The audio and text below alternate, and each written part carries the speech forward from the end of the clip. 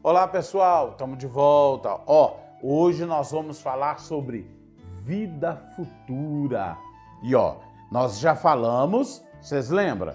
Vamos lá junto comigo recordar o que nós já falamos? Deus, Jesus, Espírito, perispírito, evolução, livre-arbítrio, causa e efeito, reencarnação, pluralidade dos mundos habitados, imortalidade da alma e hoje, vida futura. Então nós estamos no 11º princípio básico da doutrina espírita à luz do Evangelho. Então hoje nós vamos falar de, lembraram? Vida futura. Isso aí, não esquece não. Vamos fazer algumas perguntas antes, né? Primeira coisa, na aula anterior, lembra que eu fiz umas perguntas quando a gente estava começando? Eu fiz uma pergunta, o que acontece quando a gente morre? O que é feito do corpo? Tivemos algumas respostas. Uns cremam o corpo, outros enterram, não é isso mesmo? E agora nós temos uma pergunta mais complicada. O que acontece além túmulo? Tem a ver um pouco com a pergunta do princípio anterior, né? Que era, vocês lembram qual que era o princípio anterior? Imortalidade da alma. Isso.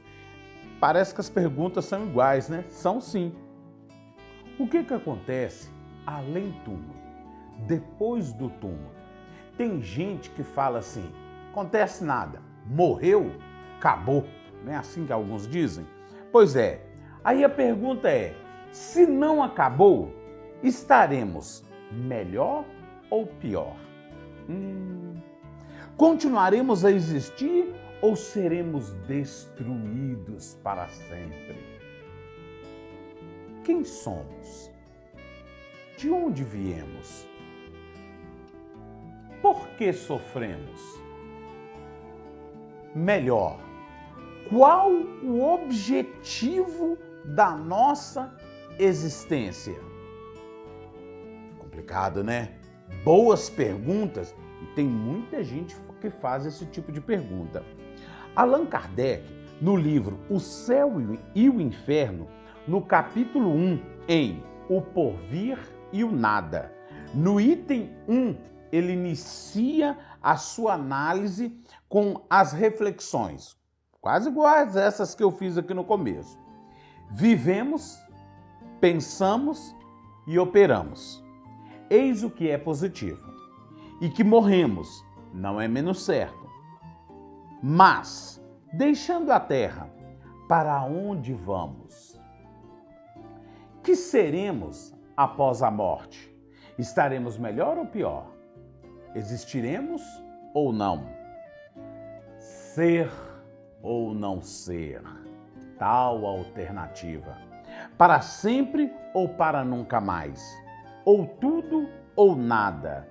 Viveremos eternamente ou tudo se aniquilará de vez?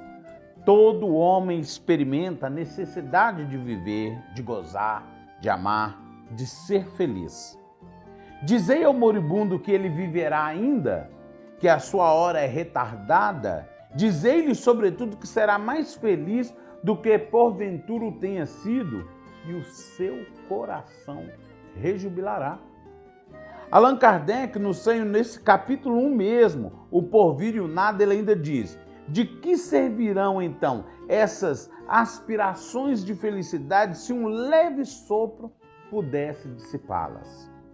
Haverá algo de mais desesperador do que esse pensamento de destruição absoluta? Afeições caras, inteligência, progresso, saber laboriosamente adquiridos, tudo despedaçado, tudo perdido. De nada nos serviria, portanto, qualquer esforço na repressão das paixões, de fadiga para nos ilustrarmos, de devotamento à causa do progresso, desde que tudo isso nada aproveitássemos. Predominando o pensamento de que amanhã mesmo talvez de nada nos serviria tudo isso.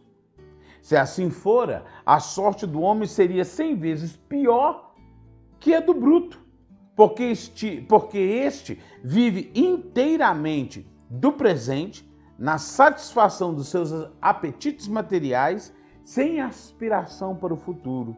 Diz-nos uma secreta intuição, porém, que isso não é possível. Lembra quando a gente falou que a gente ia voltar na questão 23 do Livro dos Espíritos? Pois é, nós aqui de novo. Questão 23 do Livro dos Espíritos pergunta: que é o Espírito? O princípio inteligente do universo. Assim responde os Espíritos.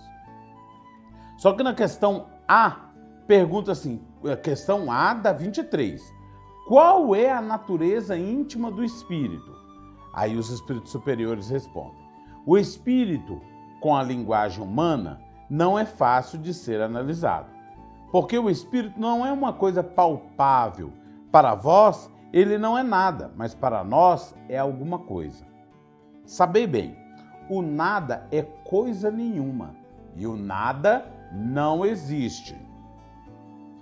Nessa questão 23, ao responder acerca da natureza do Espírito, tem-se essa afirmação. Vamos voltar na afirmação? Ficai sabendo, coisa nenhuma é o nada e o nada não existe. Não existe. Algumas pessoas dizem que morreu, acabou.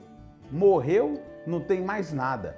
Então, essa afirmação não procede. E aí a gente vê na questão 36 do Livro dos Espíritos uma outra informação muito importante. Questão 36 pergunta assim, Kardec pergunta: o vazio absoluto existe em alguma parte do espaço universal? Os Espíritos respondem: não, nada é vazio. O que te parece vazio está ocupado por uma matéria que escapa aos teus sentidos e instrumentos. Olha que importante. Kardec pergunta se o vácuo absoluto existe em alguma parte no espaço universal. Tendo como resposta, qual é a resposta que Kardec teve? Não há vácuo. O que te parece vazio está ocupado por matéria que te escapa aos sentidos e aos instrumentos. Porque a gente está acostumado com essa matéria tangível que podemos tocar.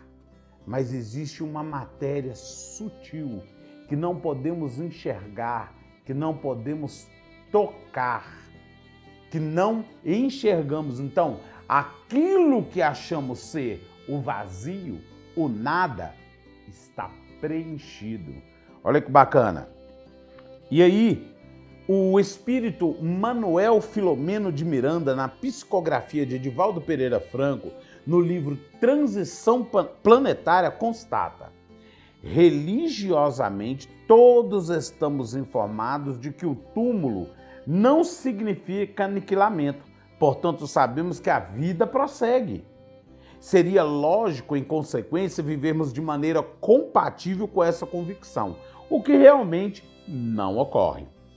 E aí, sobre a imortalidade dos espíritos, que é importante entender essa imortalidade do espírito aqui, para darmos prosseguimento à vida futura. Tá. E aí, sobre a imortalidade dos espíritos, em O Livro dos Espíritos, na questão 80, vamos lá nessa questão 80? Questão 80, e aí nós vamos usar algumas passagens aqui dessa parte do capítulo do Livro dos Espíritos. Questão 80 pergunta: a criação dos espíritos é permanente ou só ocorre na origem dos tempos? Porque algumas pessoas perguntam: por que Deus cria até hoje? Jesus disse: meu Pai trabalha até agora e eu trabalho também. E aí alguém aqui, Kardec, pergunta: a criação dos espíritos é permanente? Deus está sempre criando? Ou foi só num tempo remoto? Os espíritos respondem: é permanente, quer dizer, Deus não cessou jamais de criar. Na questão 83 do Livro dos Espíritos, pergunta: os espíritos têm fim? Nós já voltamos nessas perguntas, tá vendo? E a gente sempre vai voltar nela, porque ela nos esclarece um termo muito importante. Kardec continua, na mesma pergunta ele continua: compreende-se que o princípio de onde eles emanam sejam eterno, que é Deus. Mas o que perguntamos é se sua individualidade tem um termo e se, num tempo dado, mais ou menos longo, o elemento de que são formados não se dissemina e não retorna à massa de onde saiu, como ocorre com os corpos materiais. É difícil de conceber que uma coisa que teve começo possa não ter fim. É como se Kardec estivesse perguntando assim, o eterno a gente entende, Deus eterno a gente entende que não tem começo e não tem fim. Mas e o espírito tem um fim? Porque nós humanos concebemos as coisas com um começo e com um fim. É isso que ele está perguntando. Os espíritos respondem: existem coisas que não compreendeis, porque a vossa inteligência é limitada, e isso não é razão para que a rejeiteis. A criança não compreende tudo que o seu pai compreende, nem o ignorante tudo que o sábio compreende. Dissemos que a existência do espírito não tem fim. É tudo o que podemos dizer, por enquanto. Então, na questão 115, vai falar um pouquinho mais para nós sobre essa questão aí também.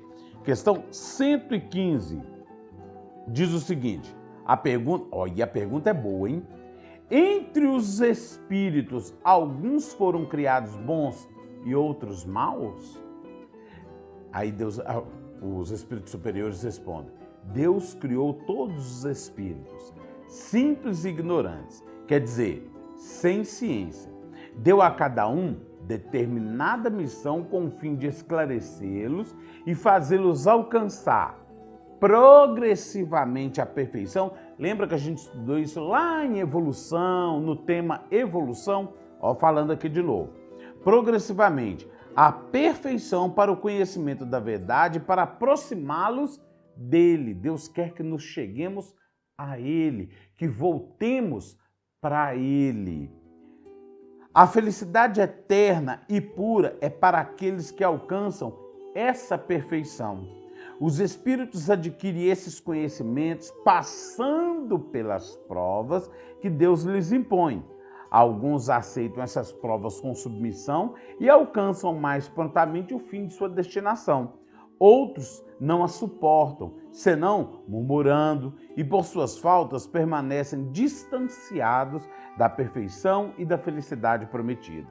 Segundo isso, Kardec pergunta: os espíritos seriam em sua origem como são as crianças ignorantes e sem experiência, adquirindo pouco a pouco os conhecimentos que lhes faltam em percorrendo as diferentes fases da vida?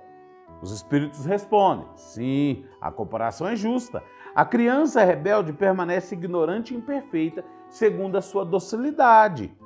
Ela a aproveita mais ou menos. Todavia, a vida do homem tem um termo e a dos espíritos se estende ao infinito. Olha que bacana essa informação que nós temos aqui. E aí, gente, que ótimo! Quem aí já leu o livro Nosso Lar? Você já leu?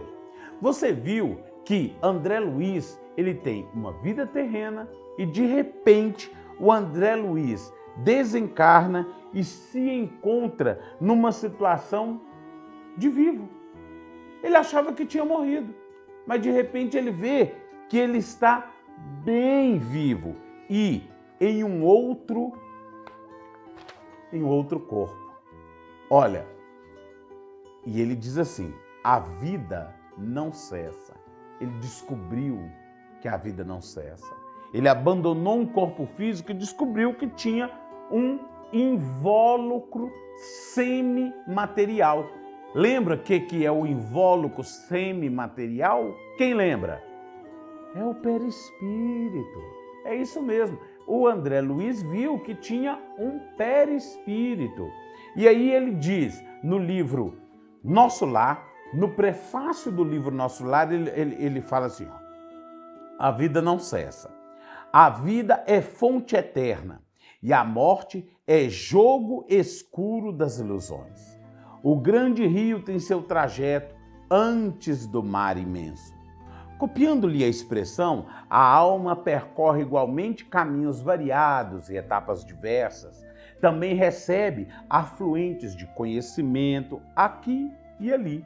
Avoluma-se em expressão e purifica-se em qualidade antes de encontrar o oceano eterno de sabedoria. Cerrar os olhos carnais constitui operação demasiadamente simples. Seria extremamente infantil a crença de que o simples baixar do pano resolvesse transcendentes questões do infinito. Uma existência é um ato, um corpo, uma veste, um século, um dia, um serviço, uma experiência, um triunfo, uma aquisição, uma morte, um sopro renovador. Quantas existências, quantos corpos, quantos séculos, quantos serviços, quantos triunfos, quantas mortes necessitamos ainda?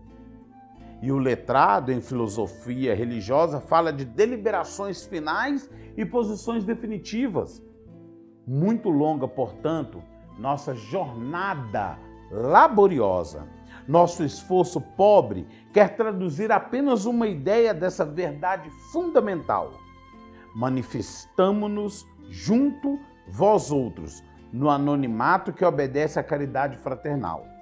A existência humana apresenta grande maioria de vasos frágeis que não podem conter ainda toda a verdade. Aliás, não nos interessaria agora senão a experiência profunda com os seus valores coletivos. Não atormentaremos alguém com a ideia de eternidade. Que os vasos se fortaleçam. Em primeiro lugar, forneceremos somente algumas ligeiras notícias ao espírito sequioso dos nossos irmãos na senda de realização espiritual e compreendem conosco que o espírito sopra onde quer. André Luiz, nesse texto, nos traz essa clareza de que a vida não cessa, que com o baixar do pano, quando os nossos olhos carnais se fecham, nós, como espírito, continuamos a existência. Eu queria trazer um texto para vocês aqui do Novo Testamento, em Mateus capítulo 5, que fala que a vida continua. E aí, Mateus capítulo 5, Jesus vai falar sobre isso. Capítulo 5, versículo 43 e 44. Diz assim, no versículo 43, tá? Diz assim, ó. Ouvistes o que foi dito, amarás o teu próximo e aborrecerás ao teu inimigo. Jesus, porém, nos diz, amai a vossos inimigos, bendizei o que vos maldizem, fazei bem aos que vos odeiam e orai pelo que vos maltratam e vos perseguem. Interessante, está falando de vida eterna aqui, não está falando de plano espiritual, mas é porque o que a gente faz aqui, lembra quando nós falamos de causa e efeito? Analisa bem o que você faz agora, porque nós estamos em uma jornada. Lembra que o André Luiz falou que é uma jornada? Então, amai os vossos inimigos agora. Bendizei o que vos maldizem agora. Fazei bem aos que vos odeiam agora. E orai principalmente pelos que vos maltratam e vos perseguem agora. Por quê? Capítulo 6 vai trazer resposta para nós. Capítulo 6, versículo 19 e 21. Diz assim, olha que sublime isso. Aí Jesus vem e fala para nós: não ajunteis tesouros na terra, onde a traça e a ferrugem tudo consomem, e onde os ladrões minam e roubam. Mas ajuntai tesouros no céu. A recomendação anterior. A recomendação anterior, lá em Mateus, capítulo 5, 43, versículo 43 e 44, é ajuntar tesouros no céu. E aí ele fala: mas ajuntai tesouros no céu, onde nem a traça, nem a ferrugem consomem, e onde os ladrões não minam nem roubam. Porque onde estiver o vosso tesouro, aí estará também o vosso coração. Olha aí, onde está o seu tesouro? Onde está o seu coração, o nosso coração? Essas são as atitudes para herdar o reino da terra? Não, Jesus fala do reino dos céus, do reino de Deus. É o reino que todos nós esperamos estar. É a nossa vida futura, aquilo que a gente tanto espera, se livrar dessa carne que tanto traz vicissitudes e estar em uma situação melhor. Quem sabe um mundo de regeneração, quem sabe um mundo feliz ou um mundo celeste, cada um com seus degraus, cada um com seus adiantamentos. Nós queremos isso. Eu quero, você quer? Então, pois é. Bom, aí, gente, nós vamos ter o seguinte. No Evangelho segundo o Espiritismo, vamos lá? Você tem o Evangelho segundo o Espiritismo aí? Eu já falei dele aqui, ó. Esse aqui, ó, tá? No Evangelho segundo o Espiritismo, no capítulo 23. Vamos ver se eu acho ele rapidinho para nós aqui, ó. Capítulo 23. É bom que dá tempo de você pegar o seu aí. Corre e pega o seu Evangelho, se você não pegou ainda. Capítulo 23, itens 5 e 6. No item 5 e 6. Não vou falar todos eles, não, mas ele fala de seguir o Senhor. O 5 diz assim, ó. Então disse Pedro: quanto a nós, vês que tudo deixamos e que te seguimos. Jesus lhe respondeu: em verdade vos digo que ninguém deixará pelo reino de Deus a sua casa, seu pai, sua mãe, ou seus irmãos, ou sua mulher, ou seus filhos, que não receba ainda neste mundo, muito mais, e no século que vier, a vida eterna. Olha que bacana. No 6, todos esses são versículos, tá? Da Bíblia. Aqui é Lucas, capítulo 18, versículo 28 a 30, esse que eu acabei de falar. E esse próximo vai estar em Lucas, capítulo 9, versículos 61 e 62. Um outro lhe disse: Senhor, eu te seguirei, mas permite que antes disponha do que tem em minha casa. Jesus lhe respondeu: quem quer que, tendo posto a mão na charrua, olhe para trás, não é digno do reino de Deus. O que é o reino de Deus aí? Você sabe? O reino de Deus está além desta matéria. O reino de Deus, a casa de Deus, é o universo. Nós não estudamos isso? Pois é. Bom, gente, e aí, para a gente encerrar, deixa eu ver se eu vou encerrar com vocês aqui. Deixa eu ver se eu encerrar. Eu queria ler um texto para nós entendermos um pouquinho um texto de Emmanuel, onde o Emmanuel fala sobre na construção do futuro. Respondeu Jesus: o meu reino não é deste mundo. Quando a gente fala de plano espiritual, quando a gente lê Nosso Lar, a gente vê que existe um plano espiritual em que as pessoas querem estar. E às vezes nos apegamos tanto a este corpo que achamos que aqui é o nosso lar. Não. Nós temos um lar, nós temos uma família espiritual que nos espera num plano espiritual além desse. Vocês se lembram que quando Jesus foi batizado por João Batista, os céus se abriram, o Espírito Santo se manifesta numa forma de pomba, e do alto uma voz disse: Este é o meu filho amado, em quem me comprazo. Nesse momento, o céu é como se o que estamos aqui não fosse a realidade perfeita, e não é. Esta não é a realidade perfeita. Nós não somos daqui. Nós somos seres espirituais tendo uma experiência humana. Nós estamos aqui peregrinando, passando por provas, alguns passando por expiações para evoluir. A nossa pátria é celestial. A nossa pátria é a casa do Pai, as muitas moradas da casa do Pai. E aí, por isso eu queria ler esse texto de Emmanuel com vocês na construção do futuro. Respondeu Jesus: o meu reino não é deste mundo.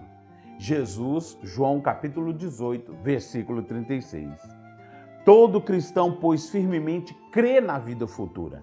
O cristão, ele crê na vida futura. Mas a ideia que muitos fazem dela ainda é vaga, incompleta e, por isso mesmo, falsa em diversos pontos. Para grande número de pessoas não há a tal respeito. Mais do que uma crença balda de certeza absoluta, donde há dúvidas e mesmo até incredulidade. O Espiritismo veio completar nesse ponto, como em vários outros, o ensino do Cristo, fazendo-o quando os homens já se mostram maduros bastante para aprender a verdade. Estamos no momento de aprendermos a verdade. Lembra quando Jesus falou que os discípulos não estavam prontos para ouvir muitas coisas? Que Jesus disse, né? Muito tenho a vos dizer, mas vocês não estão prontos. E ele falou que enviaria o Consolador prometido. Hoje estamos nesse momento em que a humanidade madura pode tentar compreender ou até mesmo compreender vida futura, que nós não somos esse corpo, que nós somos mais do que isso. E aí o Emmanuel começa falando assim: esperavas pelos irmãos do caminho a fim de te entregares à construção da terra melhor e quedaste muita vez em amargoso desalento porque tardem a vir. Observa, porém, a estrada longa da evolução para que o entendimento te pacifique. Milhares deles são corações de pensamento verde que te rogam apoio e outros muitos seguem trilha adiante, inibidos por névoas interiores que desconhecem. Repara, os que se renderam às lágrimas excessivas, choraram tanto que turvaram os olhos, não mais divisando os companheiros infinitamente mais desditosos a lhes suplicarem auxílio nas vascas da aflição. Contempla os que passam vaidosos sem saberem utilizar construtivamente os favores da fortuna.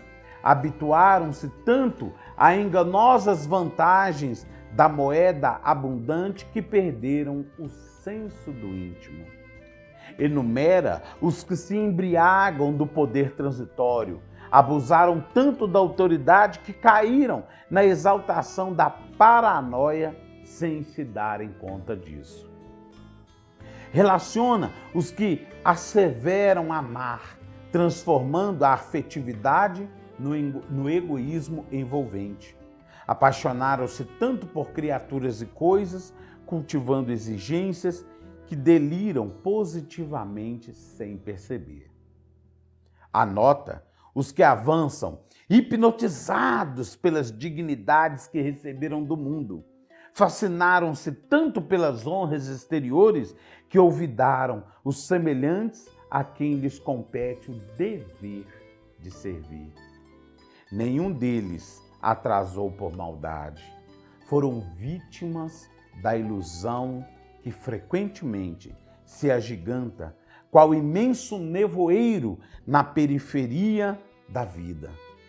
Mas regressarão depois à verdade triunfante para atenderem às tarefas que realizas.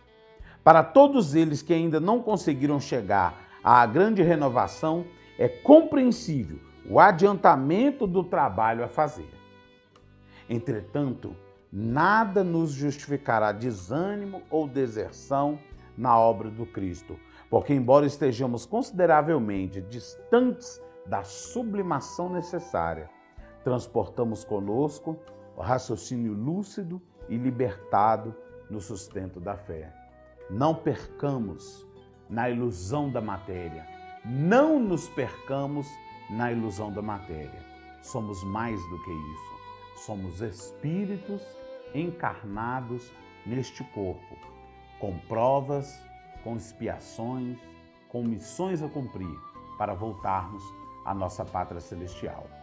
Gente, agradeço a vocês. Nosso próximo tema. Já sabe qual que é o nosso próximo tema? Nós vamos falar de plano espiritual. É isso aí, Aguardem, hein? Em breve. Se liga aí, viu, gente?